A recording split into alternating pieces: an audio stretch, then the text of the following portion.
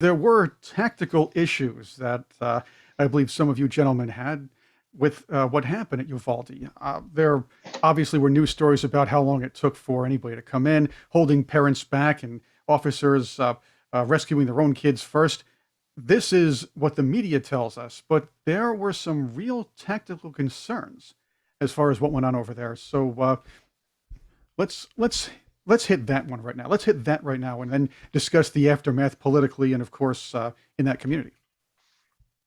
Well, I mean, let me just start off by saying Bennett and I both uh, have used technology that is available for law enforcement to train on relating to response. Something called the Virtua 3000, which my boss, Sheriff Dave Decatur, for my law enforcement work, I advise. I'm his Homeland Security advisor. Sheriff Decatur in Stafford County, Virginia, has this large training stage, if you will, and it's used for a variety of scenarios, which then require the individual officers to achieve a certain level of proficiency. One of those scenarios, which I've been through, is essentially going into an environment, a theater or a school, where you have people running at you and you have to go through and figure out shoot, don't shoot.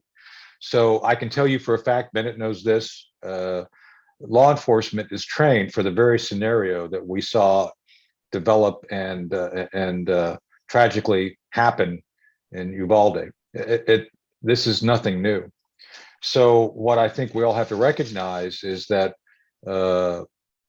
there's some real peculiar things about that incident. The teacher opening the door at 11:27, propping it open. Why? And then the police officer driving right by the guy after the guy shot some bullets at the school. Really? So, I mean, is all these things that just don't make any practical sense based on my experience dealing with law enforcement and good response. So I think it's something we need to look at, because on the other end of this, and I know, Chris, you want to get to the political thing later, but let me throw a couple things out there that have developed out of this. I had no idea that 9mm bullets. Did you know that these things can blow your lungs out? Did you know that? I had no idea. I mean, just blow your lungs out. That's propaganda. That's what's come out of this on the other end. So all this failure of law enforcement has now been picked up and used politically to say the most common bullet on the face of the earth that's used for defense now can blow a lung out.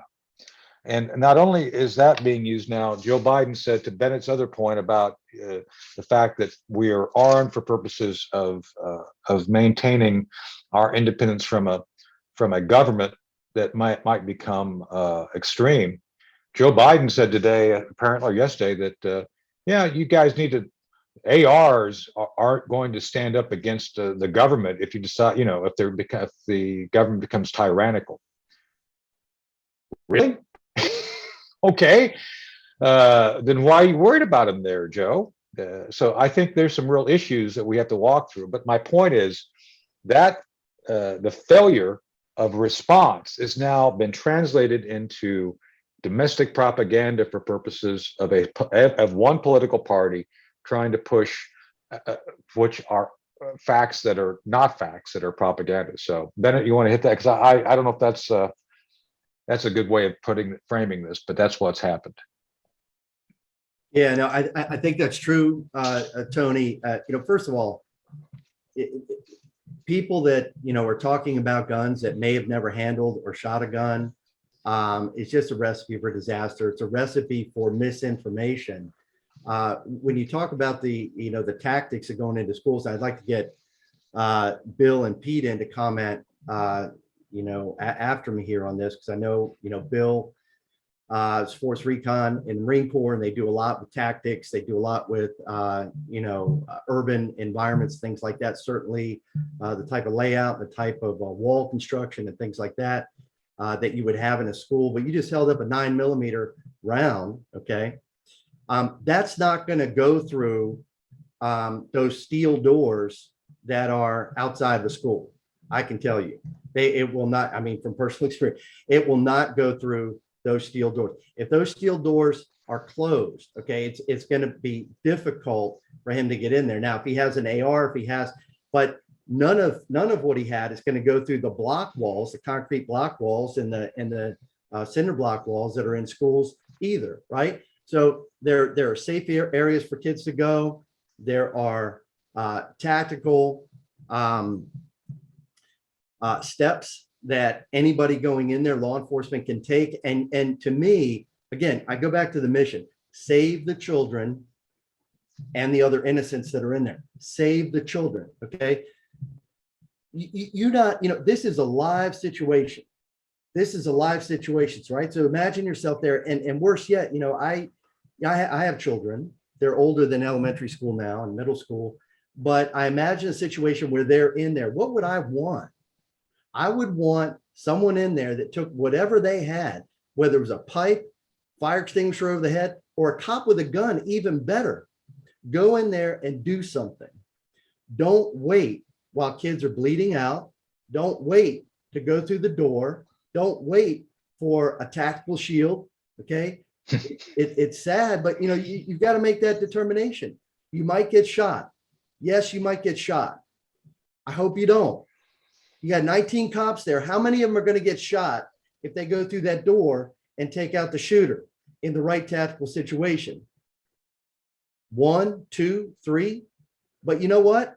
They have a much better survivability rate than a child that's shot with the same gun. And you got other children that are already shot in there. If we don't have, and look, I'm a big proponent of police. It doesn't give me any pleasure or comfort to criticize police in this way. I wasn't there, but the story also changed, right? We got one story of what happened in the hallway, and then it changed the next day after the video was released. Why was that? Were they ashamed of what happened there? Do they feel they have a liability for what happened there?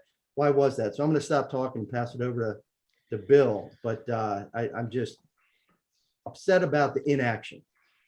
So right in line with that action, right? When you have two opposing forces that are going to meet in combat, what all of us good guys have been trained on the process and trying to figure out what you're going to do. It's called the OODA Loop. And shame on me for not knowing the guy who figured out OODA Loop, maybe Pete. Boyd, Colonel Boyd. Thank you.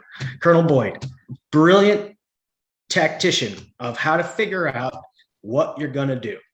It's OODA, and then it repeats itself over and over and over again. The first is observe. You see a thing happening. You orient yourself. Okay, there's a school. I'm seeing a bad guy. I hear the gunshots. Bad things are happening. Then you have to decide, what am I going to do? That's a mental internal thing that you're going to go through in your own mind, searching your own soul. Then act. The only way one of those two wins, the good guy, the bad guy, the opposition, the only way is to either disrupt your opposition's OODA loop. You either disrupt their OODA loop and slow them down so that you can get ahead, or you get ahead of their OODA loop. Now, tacticians, operators, police officers, security personnel, they're trained in this, and they understand that it's typically the opposition who's going to try to disrupt their OODA loop in order to gain a tactical advantage, in order to get ahead of time. In this case, some sociopath in a school with a gun isn't actively trying to disrupt police officers' OODA loop. Their OODA loop got disrupted by the nature of our culture and their judgment of taking action.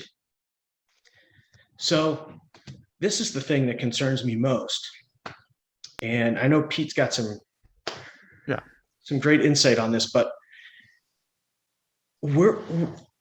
our trusted institutions that house our heroes, that house our champions, that are willing to go courageously into dangerous situations to save the day and win over evil have been challenged in the wrong direction. They've been challenged and they've been criticized to the point where that bias for action that historically has been the hallmark of a champion and a hero is now something that's other than benevolent. And that is a dangerous place we live in. And we need to be challenging these institutions. So I'm going to let Pete talk about that, but we need to challenge them the right way. So. And I agree with you. I agree with everything that's been said so far. And I'd like to start off by making a comment here about the very nature of what happens in one of these shootings. Having never been involved, obviously, in a school shooting, thank God. But taking from what I've learned, Navy guy, but dealt with a lot of special ops guys, dealt with a lot of Marines. Kind of try and roll all this together. The first thing is that I'll start out by saying I wasn't there, and I hate to be a Monday morning quarterback and point accusing fingers at someone for something they didn't do or did do. It's a tough situation, and it needs to be pulled apart. It needs to be pulled apart professionally. It needs to be pulled apart by the folks who are on hand and the folks, their immediate supervisors, doing detailed questions, taking a construct of what happened there to figure out what they can learn from it so that it doesn't happen again. That's the first thing. The second thing is having been in a couple of screwy situations, being shot at, etc. If you've never been there, you'll find that those situations force you to take a deep breath and think about what's going on, and then, as Bill just said, work through your OODA loop. You really need to figure out what you're going to do. If you've had the right kind of training, one of the things you'll find, and I remember the first time a Marine said this to me, is that one of the things that is counterintuitive, but is in fact again and again proved to be true, is if you can't figure out what else to do, attack. Move towards the shooters, move towards the guns. Now, there are some rare cases where you're fighting a real pro, special ops guys fighting special ops guys, where the special ops guys are going to be dead bang on. They're going to be able to shoot you. But the autonomic response, when you see someone coming at you, you've attacked them and they're turning and coming at you, the autonomic response among perhaps 99.9% of the people on the planet is to flinch and then move. They stop doing what they're doing. They're responding to you. They're in the react mode, not the act mode. And this is one of the things why when you always talk to the folks who are involved in this kind of training, what they always say is, if you're one of the responders, you go at the guy. And that didn't happen here. Why didn't? I don't know why it didn't. They need to get to the root of that. But it also points to a point here, that, at the very root here, what happened at the very end? A good guy with a gun stopped the bad guy. And if you roll that back on what I just said, the idea that somebody with a gun, if they had charged the bad guy this early on, not whatever it was, an hour into the event, this would have changed. The outcome would have been different. So that's something we all need to think about when we start thinking about what's the right answer. The right answer may very well be more good guys with guns is what solved the problem. Thank you for watching this clip of Thought to Action Live, presented by the Herb London Center for Policy Research. Don't forget to subscribe to our channel and hit the big red bell for updates so you know when we're putting anything out. Also, check out our Teespring store and our website, londoncenter.org. The Teespring store has all sorts of pretty cool stuff we put out there. We have new t-shirt designs coming out soon and much more.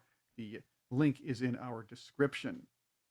You can watch our full live stream on our Patreon channel, patreon.com/thoughttoaction. That's patreon.com/thoughttoaction. Once again, that link is also in the description.